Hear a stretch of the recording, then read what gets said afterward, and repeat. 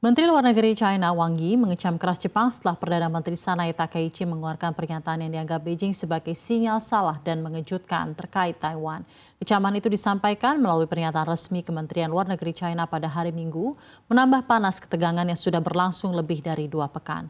Mengutip Reuters, Wang Yi menyebut Jepang dengan ungkapan telah melintasi garis merah yang tidak boleh disentuh. Dia menuduh Takaichi mencoba melakukan intervensi militer atas urusan Taiwan, merujuk pada komentarnya pada 7 November lalu.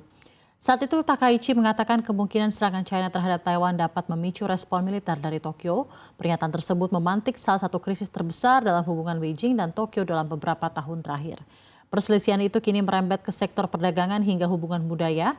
Bahkan China telah membawa isu tersebut ke Sekretaris Jenderal PBB Antonio Guterres pada Jumat, sembari menegaskan tekad untuk mempertahankan diri. China menganggap Taiwan sebagai bagian dari wilayahnya dan tidak menutup kemungkinan penggunaan kekuatan militer untuk mengambil alih pulau tersebut. Namun pemerintah Taiwan menolak klaim tersebut dan menegaskan bahwa masa depan pulau harus ditentukan oleh rakyat Taiwan sendiri.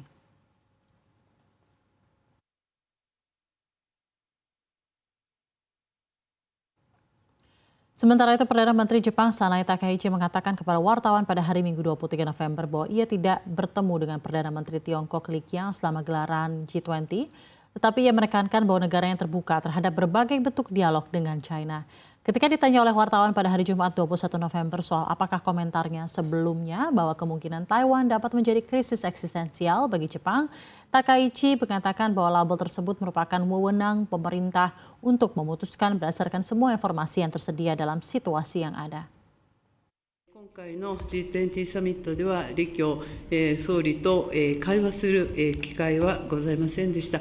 いずれにしましても、中国との間で戦略的互恵関係を包括的に推進し、建設的かつ安定的な関係を構築していくという方針は、私の総理就任以来、一貫しております。その上で、日中間に懸案と課題があるからこそ、それらを減らし、理解と協力を増やしていくべきだと考えております。